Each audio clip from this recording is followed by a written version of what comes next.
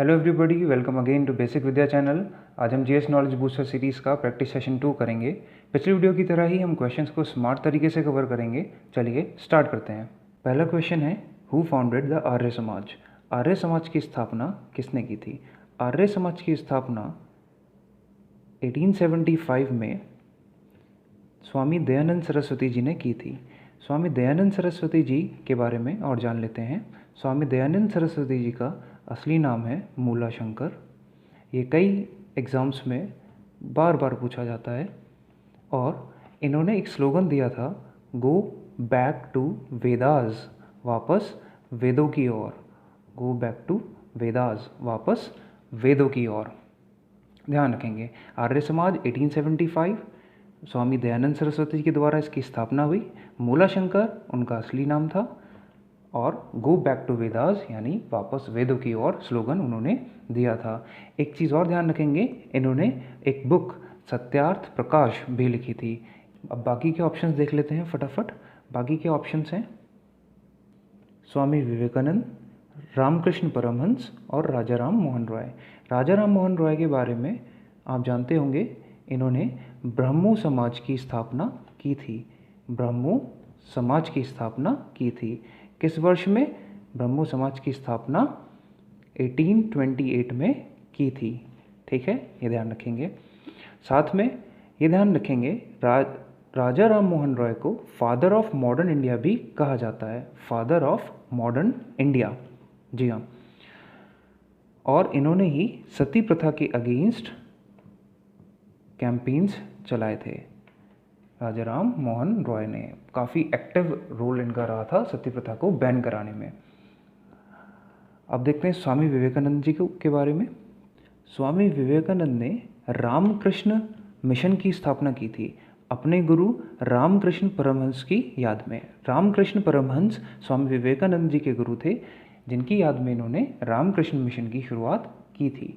तो इस तरह से हमने स्वामी विवेकानंद, रामकृष्ण परमहंस, राजा राम मोहन रॉय और स्वामी दयानंद सरस्वती के बारे में जाना। इस क्वेश्चन का सही आंसर था स्वामी दयानंद सरस्वती। ये सेशन आपके लिए बहुत यूज़फुल होने वाला है। इस सेशन को पूरा एंड तक देखिए। इसमें हमने बहुत सारे इंपॉर्टेंट क्वेश्चंस स्मार्ट तरीके से कवर किए हैं। आगे बढ़ते हैं। नेक्स्ट क्वेश्चन है, in which year Mahatma Gandhi established Sabarmati Ashram? किस वर्ष महात्मा गांधी ने साबरमती आश्रम की स्थापना की थी? इसका सही आंसर है 1916, 1916 में। 1915 हमने पढ़ा था, गांधी जी वापस आए थे इंडिया। पिछली वीडियो में हमने ये कवर किया था। 1917 और 1918 देख लेते हैं। दोनों ही साल सत्याग्रह को लेकर इम्पॉर्टेंट हैं। साल 1917 में हुआ था चंपारण सत्याग्रह और साल 1918 में हुआ था खेड़ा सत्याग्रह। ध्यान रखेंगे, चंपारण सत्याग्रह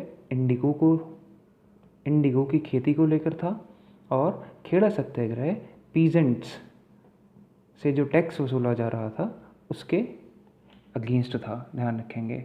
एक चीज़ और जो इम्पोर्टेंट ध्यान रखेंगे कि खेड़ा सत्याग्रह ने ही हमको दमदार क्रांतिकारी नेता सरदार वल्लभ भाई पटेल दिए। सरदार वल्लभ भाई पटेल ही खेड़ा सत्याग्रह को लीड कर रहे थे। इस क्वेश्चन का सही आंसर था साल 1916 में साबरमती आश्रम की स्थापना हुई। चलिए अगले क्वेश्चन की तरफ बढ़ते हैं फटाफट। अगला क्वेश्चन है, which of the following book is not written by Mahatma Gandhi? इनमें से कौन सी किताब महात्मा गांधी जी के द्वारा नहीं लिखी गई है? हिंद स्वराज भी महात्मा गांधी जी के द्वारा लिखी गई किताब है। माई एक्सपेरिमेंट्स विद ट्रुथ भी है। इंडिया ऑफ माई ड्रीम्स भी महात्मा गांधी के द्वारा लिखी गई है। इंडिया डिवाइडेड महात्मा गांधी जी के द्वारा नहीं लिखी गई है। तो पहली तीनों किताबें ही महात्मा गांधी जी के द्वारा लिखी गई हैं। इंडिया डिवाइडेड किसके द्वारा लिखी गई है? इंडिया डिवाइडेड लिखी गई है डॉक्टर राजेंद्र प्रसाद जी के द्वारा लिखी गई है। ठीक है।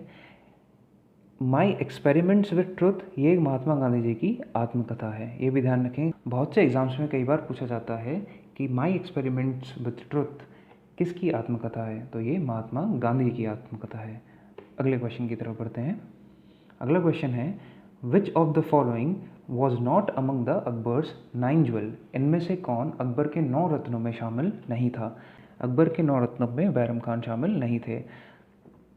फटाफट देख लेते हैं। फटाफट देख लेते हैं अकबर के 9 रत्न कौन कौन थे।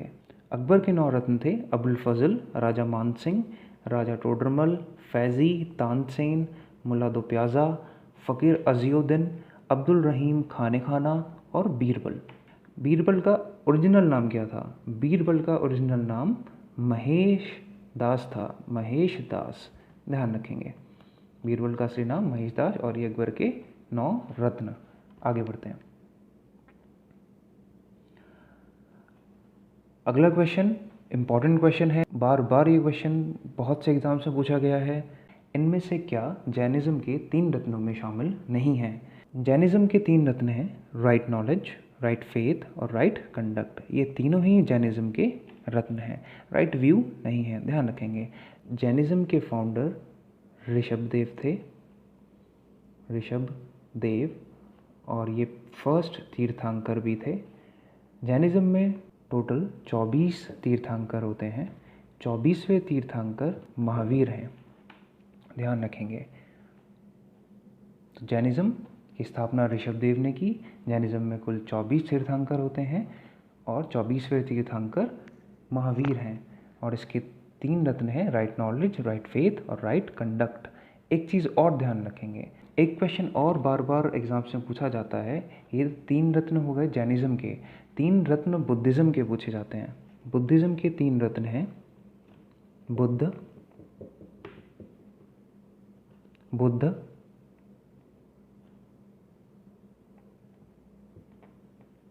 संघ, बुद्ध, संघ और धर्म।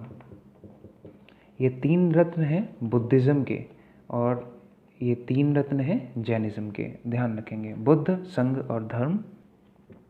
अगला क्वेश्चन है, टेम्परेचर इन्वर्जन की क्रिया एटमॉस्फेयर की इनमें से कौन सी लेयर में होती है? इसका सही आंसर है स्ट्रेटोस्फेयर। स्ट्रेटोस्फेयर क्यों होती है स्ट्रेटोस्फेयर में? स्ट्रेटोस्फेयर में, चलिए ये जानने से पहले ये जान लेते हैं टेम्परेचर इन्वर्जन का मतलब क्या है। टेम्परेचर इन्वर्जन का मतलब है, जैसे हम जहाँ रहते हैं, जैसे जैसे हम ऊंचाई पर जाते हैं, पहाड़ों की तरफ चलते हैं, या जैसे जैसे हम ऊंचाई पर जाते हैं वैसे वैसे तापमान कम होता जाता है, टेम्परेचर कम होता जाता है। इसलिए जब हम हिली एरियाज़ में जाते हैं तो वहाँ हमें ठंडक महसूस होती है। टेम्परेचर इन्वर्जन में उल्टा होता है, जैसे जैसे हम ऊपर जाते हैं टेम्परेचर और बढ़ता है, कम होने की बजाय बढ़ता है। ऐसा कौन सी लेयर में होता है? ऐसा स्ट्रेटोस्फेयर में होता है। क्यों होता है? स्ट्रेटोस्फेयर में ही ओजोन लेयर है। ओजोन लेयर सूरज से आने वाली यूवी रेस को एब्जॉर्ब करती है, सूरज से आने वाली यूवी रेस को एब्जॉर्ब करती है। इसी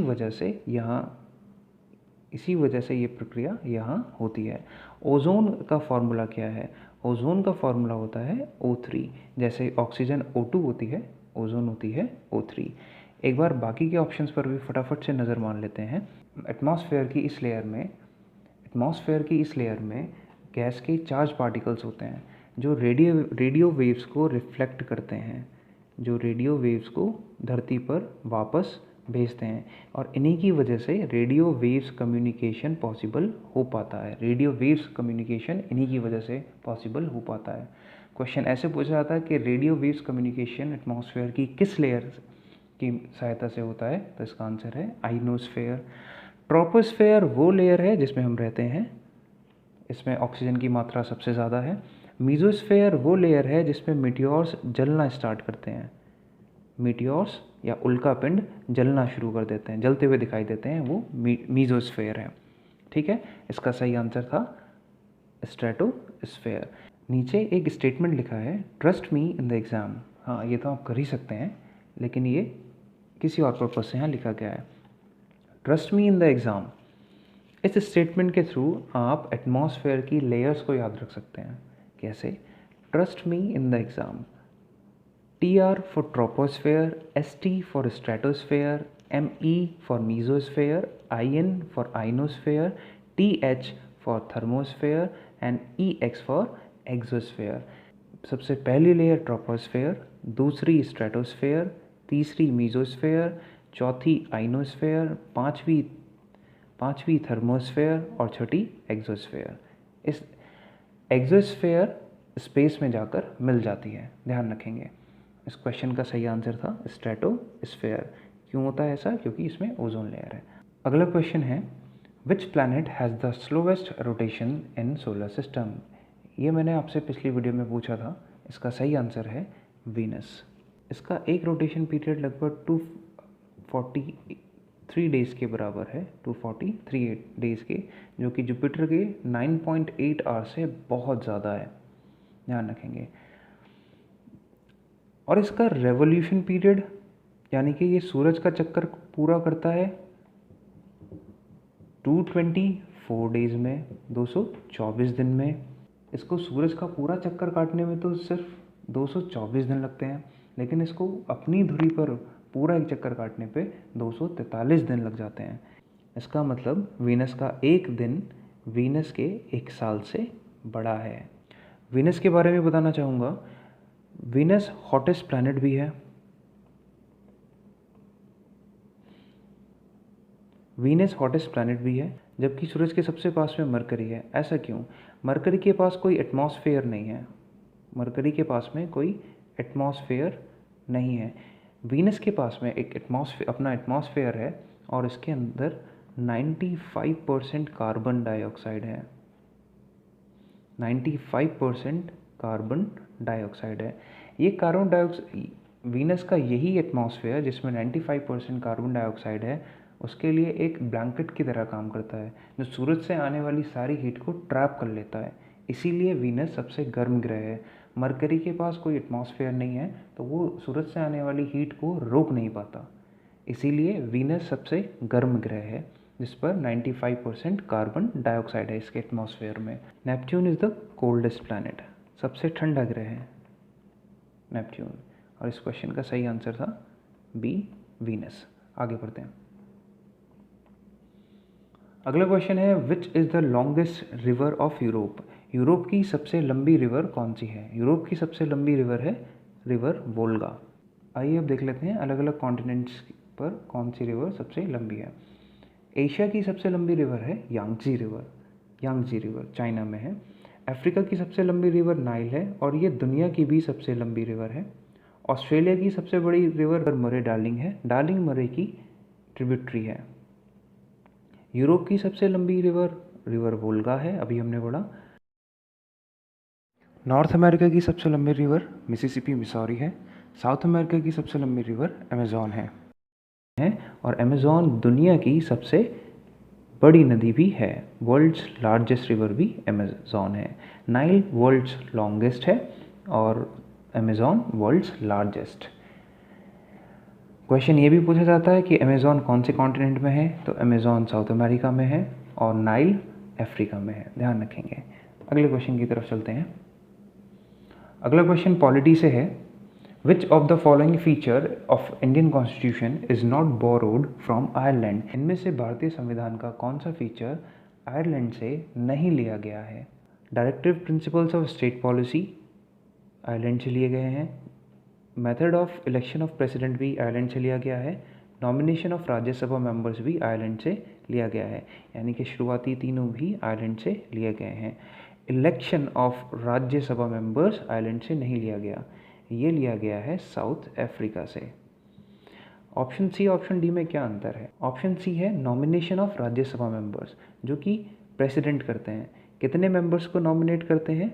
12 मेंबर्स को राज्यसभा में नॉमिनेट करते हैं प्रेसिडेंट। ऑप्शन डी इलेक्शन के बारे में है, जो बाकी के 12 से अलग मेंबर्स जिनका चुनाव होता है, ये उनके बारे में है। साउथ अफ्रीका से एक और इम्पॉर्टेंट चीज़ ली गई है।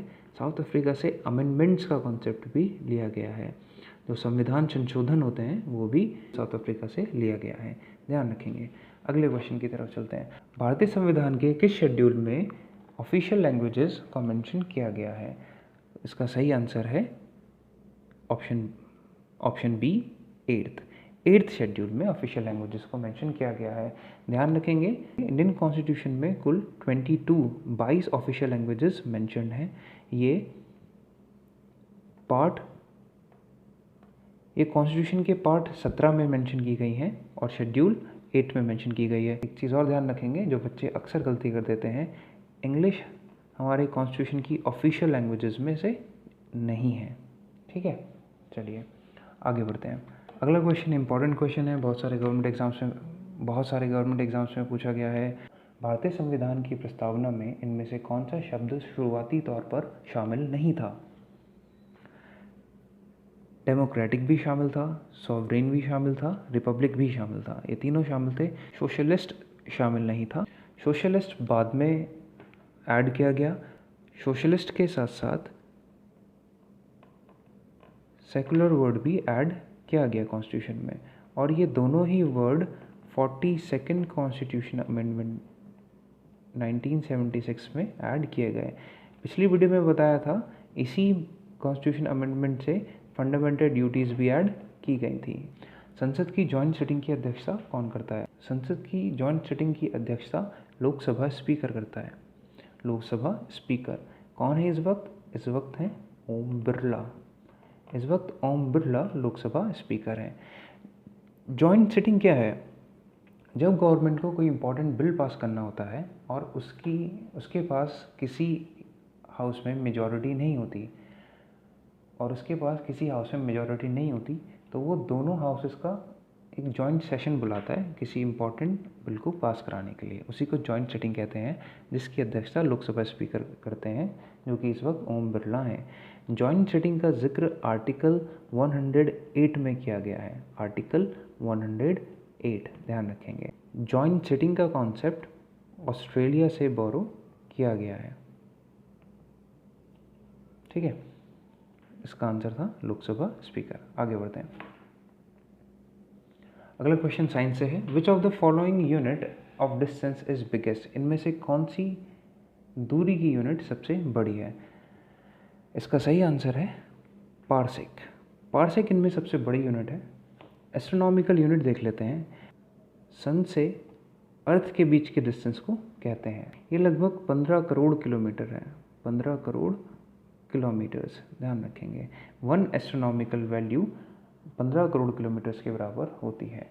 लाइट ईयर वो दूरी है जो लाइट एक साल में ट्रैवल करती है। अब आप अंदाज़ा लगा लीजिए, लाइट को सूरज से पृथ्वी तक आने में लगभग 8 मिनट लगते हैं। सिर्फ 8 मिनट में वो पृथ्वी से सूरज के बीच की डिस्टेंस यानी कि 15 करोड़ किलोमीटर्स कवर कर लेती है। तो वो एक साल में कितने कवर करेगी? तो वो जितना डिस्टेंस वो कवर करेगी वही 1 लाइट ईयर के इक्वल होता है। पारसेक जो है, पारसेक सबसे बड़ी यूनिट है। पारसेक 3.26 लाइट ईयर के बराबर है। अगर ऑर्डर से देखें तो पारसेक सबसे बड़ी है, पारसेक के बाद लाइट ईयर से छोटी एयू, और सबसे छोटी इनमें माइल है। 1 mile is equals to 1.6 kilometres. ठीक है, आगे बढ़ते हैं। अगला क्वेश्चन है, which colour has the maximum wavelength in visible spectrum of light? Light का विजिबल स्पेक्ट्रम देख लेते हैं क्या है। जब सनलाइट ग्लास प्रिज्म से पास होती है तो वो 7 कलर के, जब सनलाइट किसी ग्लास प्रिज्म से पास होती है तो वो अपने 7 कॉन्स्टिट्यूएंट कलर्स में ब्रेक हो जाती है। इसी 7 कलर के बैंड को स्पेक्ट्रम कहते हैं, और इस पूरी प्रोसेस को डिस्पर्जन कहा जाता है। Dispersion of light. सबसे ज़्यादा वेवलेंथ रेड कलर की होती है और सबसे कम वायलेट कलर की। तो इसका सही आंसर है रेड। एक चीज़ ध्यान रखेंगे, जिस कलर की वेवलेंथ सबसे ज़्यादा होती है वो कलर ज़्यादा दूरी तक ट्रैवल करता है, यानी कि उसको बहुत दूर से देखा जा सकता है। इसीलिए सारे डेंजर सिग्नल्स, खतरे के निशान लाल रंग से दर्शाए जाते हैं ताकि उसको दूर से ही देखा जा सके। नेक्स्ट क्वेश्चन है, विटामिन टर्म किसने दी थी? इसका सही आंसर है सीजी फंक। सीजी फंक ने ही विटामिन टर्म दी थी। ध्यान रखेंगे, सीजी फंक ने सिर्फ टर्म में विटामिन दी थी, जबकि एफजी हॉपकिंस ने विटामिन की डिस्कवरी की थी। ये क्वेश्चन बार बार पूछा जाता है, डिस्कवरी किसने की थी? डिस्कवरी एफजी हॉपकिंस ने की थी, और इसको नाम विटामिन किसने दिया था? नाम सीजी फंक ने दिया था। अगला क्वेश्चन है, इनमें से किसे जंतु विज्ञान का पिता कहा जाता है? इसका सही आंसर है थियोफ्रास्टस। थियोफ्रास्टस को जंतु विज्ञान का पिता कहा जाता है। बाकी के ऑप्शन देख लेते हैं। एरिस्टो को फादर ऑफ बायोलॉजी भी कहा जाता है और फादर ऑफ जूलॉजी भी कहा जाता है। फादर ऑफ बायोलॉजी और फादर ऑफ जूलॉजी। इराटोस्थनीज ये ज्योग्राफी, फादर ऑफ ज्योग्राफी हैं। Herodotus father of history, history के पिता, इतिहास के पिता इनको कहा जाता है। Theophrastus father of botany, Aristotle father of biology और father of zoology, Eratosthenes father of geography, Herodotus father of history. अगला क्वेश्चन इकोनॉमिक्स से है। What was the main objective of second 5 year plan? Second 5 year plan का main objective क्या था? इसका सही answer है rapid industrialisation. Agriculture first 5 year plan का मेन ऑब्जेक्टिव था, फर्स्ट 5 ईयर प्लान का। अच्छा, 5 ईयर प्लान तैयार करने की जिम्मेदारी प्लानिंग कमीशन की थी। प्लानिंग कमीशन ने टोटल 12 5 ईयर प्लान्स दिए हैं। आखिरी 5 year plan 12th 5 year plan था, जो कि 2012 से 2017 तक चला। इसके बाद से नीति आयोग के विजन डॉक्यूमेंट ने इसको रिप्लेस कर दिया, क्योंकि प्लानिंग कमीशन को भी नीति आयोग ने रिप्लेस कर दिया था। आगे बढ़ते हैं। अगला क्वेश्चन है, who is the author of the book poverty and un British rule in India? इसका सही आंसर है दादा भाई नारोजी।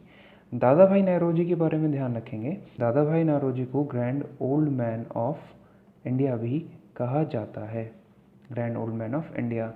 और Dadabhai Naoroji first Indian British MP भी थे, फर्स्ट इंडियन ब्रिटिश एमपी भी थे। नेक्स्ट क्वेश्चन है, who was the first women Lok Sabha speaker? पहली महिला लोकसभा स्पीकर कौन थी? पहली महिला लोकसभा स्पीकर मीरा कुमारी थी। पहली महिला लोकसभा स्पीकर मीरा कुमारी थी। बाकी के ऑप्शंस देख लेते हैं। सुचेता कृपलानी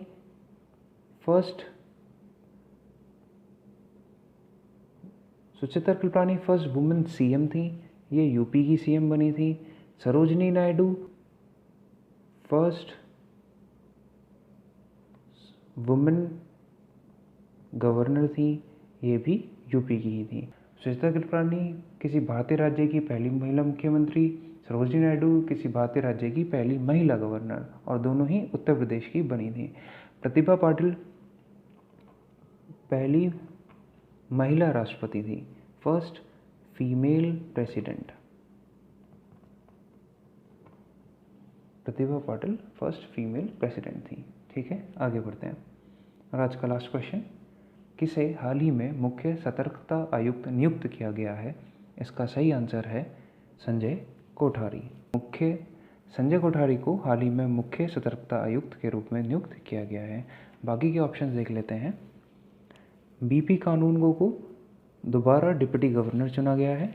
प्रवीण राव को नैस्कॉम चेयरमैन बनाया गया है। बिमल जुल्का को चीफ इंफॉर्मेशन कमिश्नर नियुक्त किया गया है।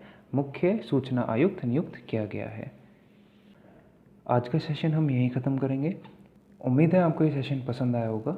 अगर पसंद आया तो लाइक, शेयर, सब्सक्राइब कीजिए। आपके सपोर्ट से ही हमें प्रोत्साहन मिलता है। मिलते हैं अगली वीडियो में। धन्यवाद।